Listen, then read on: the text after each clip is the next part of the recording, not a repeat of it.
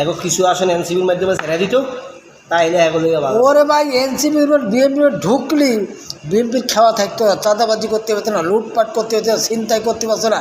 এই ভয়েই এখন পর্যন্ত এনসিপি বিরোধিতা করে বিএনপি, এখন পর্যন্ত এনসিপি মাইক খাওয়ানোর ক্ষমতায় গেলে আবার একটা মাইক খাইবা হাসিনার মতো এই দান্দায় আছে।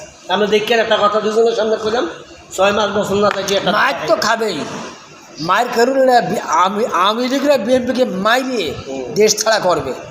বিএনপি ক্ষমতায় আসে 6 মাসও টিকতে পারবে না। আওয়ামী লীগের তাণ্ডবে সেই লগি টাইন্দ্রকে মনে আছে 6 সালে 28শে অক্টোবর লগি টাইন্দ্র মাইরিয়ে এই আওয়ামী লীগরা আমরা তো কইতে পারতেন আমরা রাখা নাই লগি বইটা নিয়ে যে ইয়ারে বাড়ি মাইরিয়ে আকালা দিয়ে বাঁশ দিয়ে খুশি মাইরিয়ে লাশের উপর নৃত্য করেছে আওয়ামী লীগ। বিএনপির সেই ভাগ্যরে আছে, দেখবেন বিএনপির ভাগ্যটা সেইটাই হবে। আওয়ামী লীগ ক্ষমতায় আসবে যদি বিএনপি ক্ষমতায় আসে, যদি বিএনপি ক্ষমতা আসে 100% আওয়ামী লীগ ক্ষমতায় আসবে। ও ব্রিটেন থেকে আইতে আছে ট্রাভেল পাশে বাংলাদেশে। আমার কথা দেশ ভালোভাবে চলুক, দেশ যে পরিচালনা কর ভালোভাবে কর। তোর ভোট দিয়ে পার্লামেন্টে পাঠাবো আর আমাদের এই চাঁদাবাজি করবি, ছিনতাই করবি, গুম খুন করবি, আমাদের হত্যা করবি, আমাদের জিম্মি করে রাজনীতি করবি, জনগণের কথা বলার সুযোগ থাকবে না। এইগুলো তো চিন্তা চেতনা নিয়ে সংসদে কি এটা পারবে না। কারণ এটা না পারার পিছনে অনেকগুলো কারণ আছে।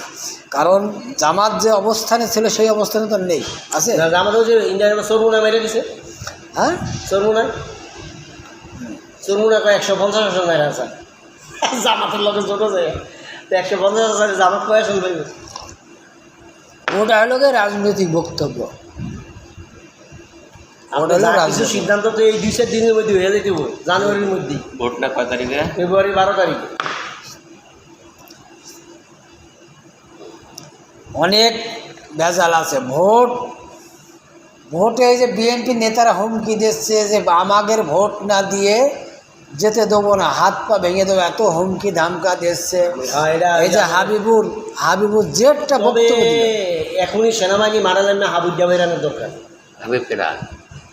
হাবিব একজন বিএনপির নেতা, খুব বড় নেতা, কেন্দ্রীয় নেতা। তিনি বলছে বিএনপিকে ভোট না দিয়ে বাড়ি যাবে, পা থাকবে না, হাত থাকবে না। তো আর আগে মারার দরকার তো।